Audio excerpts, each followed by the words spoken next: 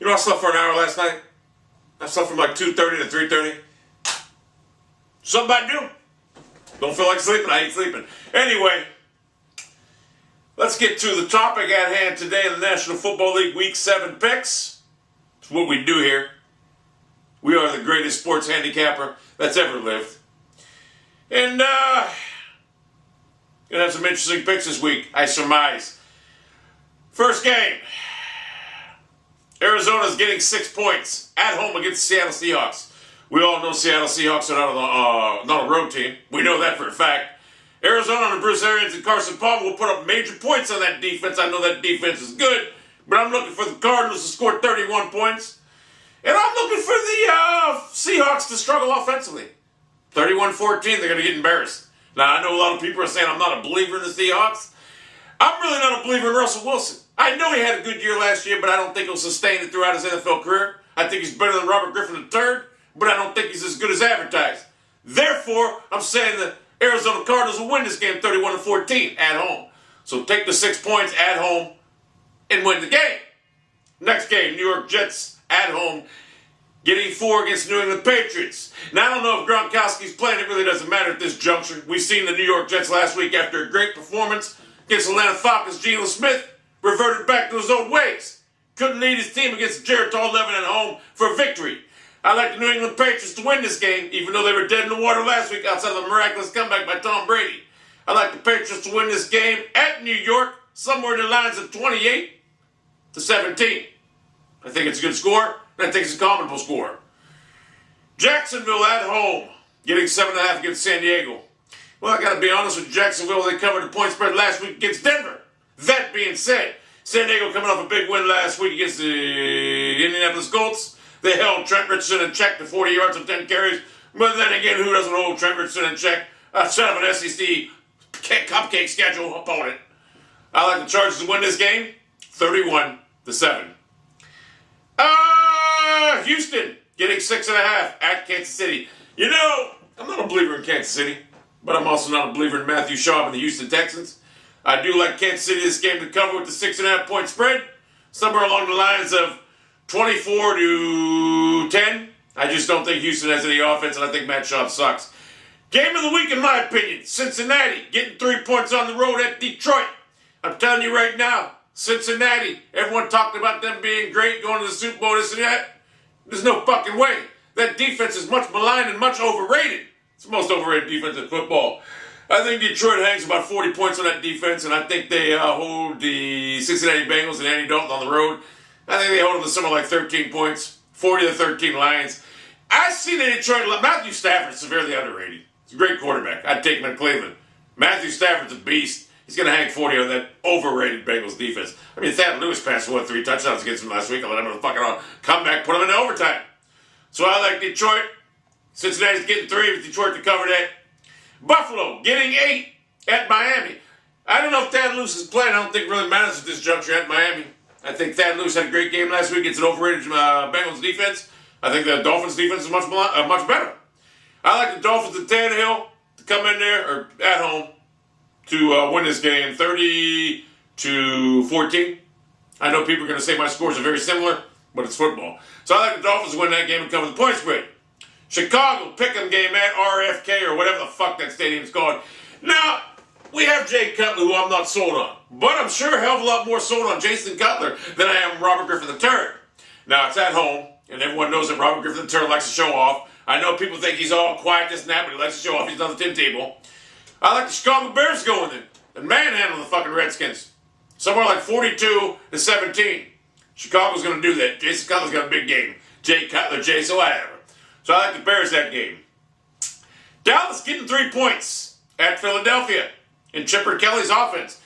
You know, I like the Dallas Cowboys this week, somewhere along the lines of 34-21. I don't care if Nick Foles is playing with Michael Vick. Nick Foles obviously being a better choice. I just don't believe the Eagles' defense can stop the Cowboys. And I, quite frankly, don't believe the Eagles are as good as their 3-3 record indicates. I think the Eagles suck, quite frankly. I think they're terrible. I think they're overrated, and I think they're going to be finishing the season around 4-12. The Eagles suck. But I like the Cowboys in that game. 34-13 or whatever the fuck score was I just predicted. 34-20, but whatever. St. Louis getting 6 at Carolina. Here's the thing. St. Louis got a big victory last week against a much overrated Texans team. I don't know how you're giving them 6 points, because I think they're going to go into Carolina. I think they're going to win the game outright. I like St. Louis to win that game outright. I mean, look, I'm not sold on Carolina. I've never been sold on Carolina, especially since Chudzinski left. I don't know what the record is, but I'm not sold on them. So I like the St. Louis Rams to go in there and win this game outright. Probably along the lines of 27-17. Tampa Bay getting 7 points at Atlanta. Why is anyone getting 7 points at Atlanta? Atlanta's 1-4.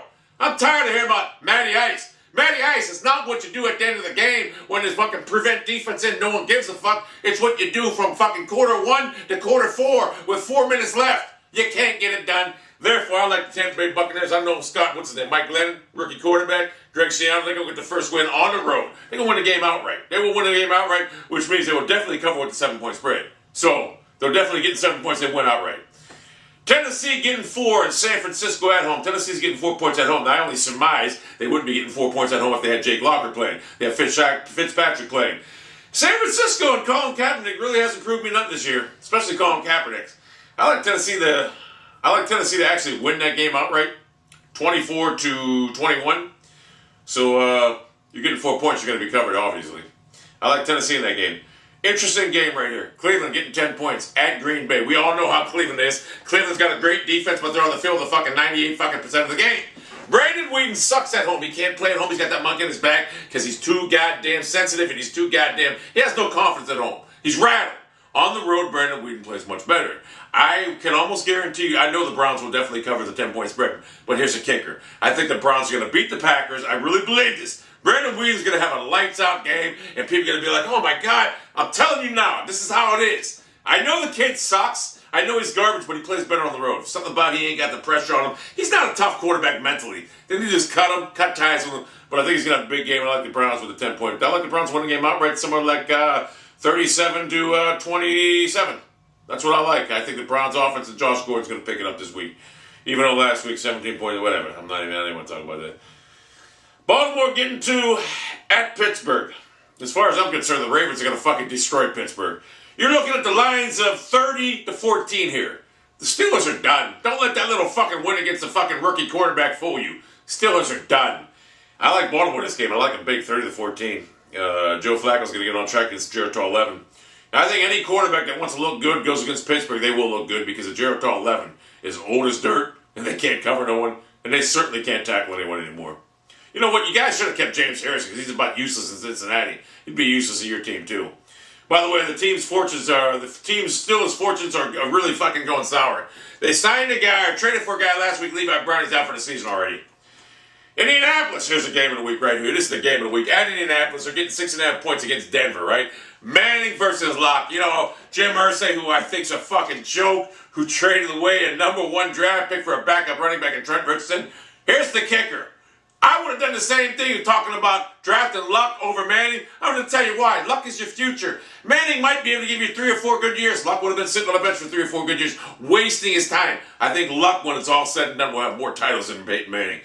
I think the Indianapolis Colts win this game in a shootout, a passing shootout. Obviously, Trent Richardson is not going to give you nothing but maybe 45 yards on 19 carries. I think they win this game somewhere along the lines of 54-45. It's going to be a high-scoring game. I think it's going to be the game of the week, an offensive outburst. Jim Irsay had some comments that Peyton Manning's not going to like, but it doesn't matter. He speaks the truth. I agree with everything he said. So I like the Colts. I mean, they're getting 6.5. I like the Colts big in this game, 54-45. Minnesota getting 3.5. The Josh Freeman era has begun in Minnesota, getting 3.5 against the New York Giants at New York Giants. Well, I got news for you. The New York Giants are 0 whatever the fuck they are. They're about to be 0 whatever the fuck they're going to be because the Minnesota Vikings, with the 3.5 points, don't matter. They will win this game. Josh Freeman will pass for 375 yards in his debut against the New York Giants. What can we call them? The Flintstone 7 or the Flintstone 11? Because they're old as fuck too. We'll call them the Flintstone 11. So Josh Freeman will have a big game, and the Minnesota Vikings will win this game 33-23. 33-24. We all know NFL football is the greatest sport in the world. I'm sorry. It's just, I do English Premier because I'm great at it. But the NFL football is the greatest. And my picks this year, I've had a 99%. Every week I'm going fucking 99%. You can't argue, you can't refute irrefutable. That's factual evidence. So those are your NFL picks this weekend. What is this? I'm looking at this. Hold on. I'm looking at spreads from next week. Is that what it is? Spreads from next week? Cleveland's getting next week. Cleveland, as of now, Cleveland's getting 8 points against the Chiefs. It's funny. I see a big line here saying New Orleans giving 13.5. Whatever. We'll get into that next week. But anyway, that's the picks. And I'm sure you'll win some money with them.